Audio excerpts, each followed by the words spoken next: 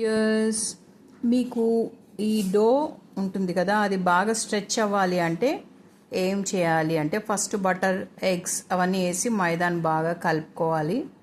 స్ట్రెచీ do కావాలి అంటే ఏం చేయాలనేది కాన్సెప్ట్ అనమాట. ఇప్పుడు అయితే కలుపుకున్న తర్వాత ఇట్లా ఒక ఫ్లాట్గా చేసుకుని మళ్ళీ దాన్ని రోల్ చేయాలి. 2 సైడ్స్ కూడా రోల్ చేయొచ్చు. నేను ఒక హ్యాండ్ తోటి కెమెరా పట్టుకున్నా కాబట్టి మీకు నేను 2 చేతులతో చేసి చూపించలేకపోతున్నా. ఇట్లా రోల్ చేసుకున్నారు కదా, ఇప్పటికే చాలా స్ట్రెచ్ చేశాను. ఎట్లా చేశానని మీకు చూపిస్తాను. మీకు ఇట్లా చేసి మళ్ళీ మన రోలింగ్ పిన్ ఉంటుంది కదా, రొట్టెల కర్ర, దాంతో మళ్ళీ ఫ్లాట్ చేయాలి.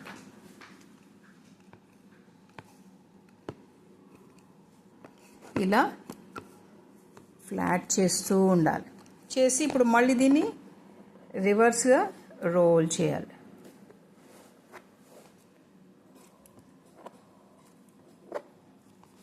ఇప్పుడు ఏం చేయాలి, ఇట్లా ఫ్లాట్ చేయాలి.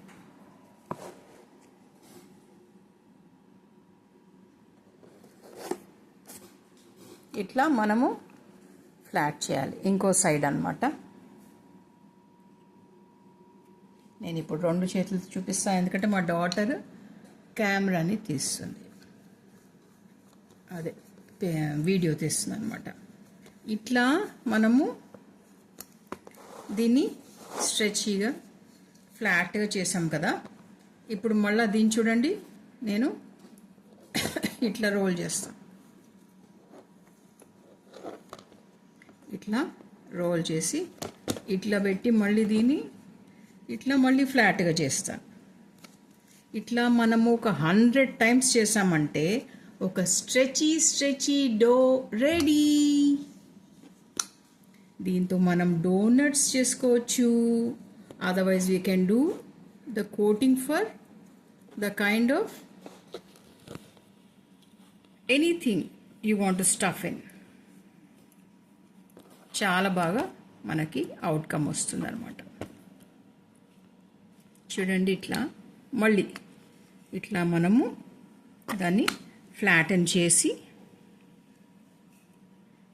మళ్ళీ దాన్ని రోల్ చేసి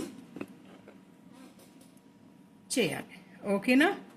అయితే ఇలాగ మీరు ఎంతసేపు కావాలంటే అంతసేపు చేయండి. చేసిన తర్వాత మీకు స్ట్రెచీ డో రెడీ అయిపోతుంది. ఇదే కాకుండా మీకు బాగా ఉబ్బుతుంది కూడా. బేకింగ్ ఫుడ్ అంటారు కదా, బేక్ చేయాల్సిన ఫుడ్, అది ఏది పెట్టినా ఉబ్బుతుంది అనమాట. ఓకేనా అండి? ఈ వీడియో నచ్చింది అనుకుంటా మీకు. నేను దీనిలో ఈస్ట్ కూడా కలిపాను, చెప్పడం మర్చిపోయాను. అయితే ఇది ఇట్లా చేసుకుని మీరు బేకరీ ఫుడ్స్ చేసుకుని ఇంట్లో ఎంజాయ్ చేస్తారు. అనవసరంగా బయట ఉన్న కల్తీ ఫుడ్స్ అన్ని తినకుండా అని చెప్పి నేను ఇట్లాంటి ఒక డో మేకింగ్ మీకు వీడియో తీసి చూపిస్తున్నాను.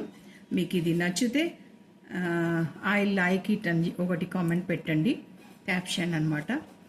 అయితే like, share and subscribe my channel. Kavitha Balaji here. Keep watching my channel. Thank you. Thanks for watching.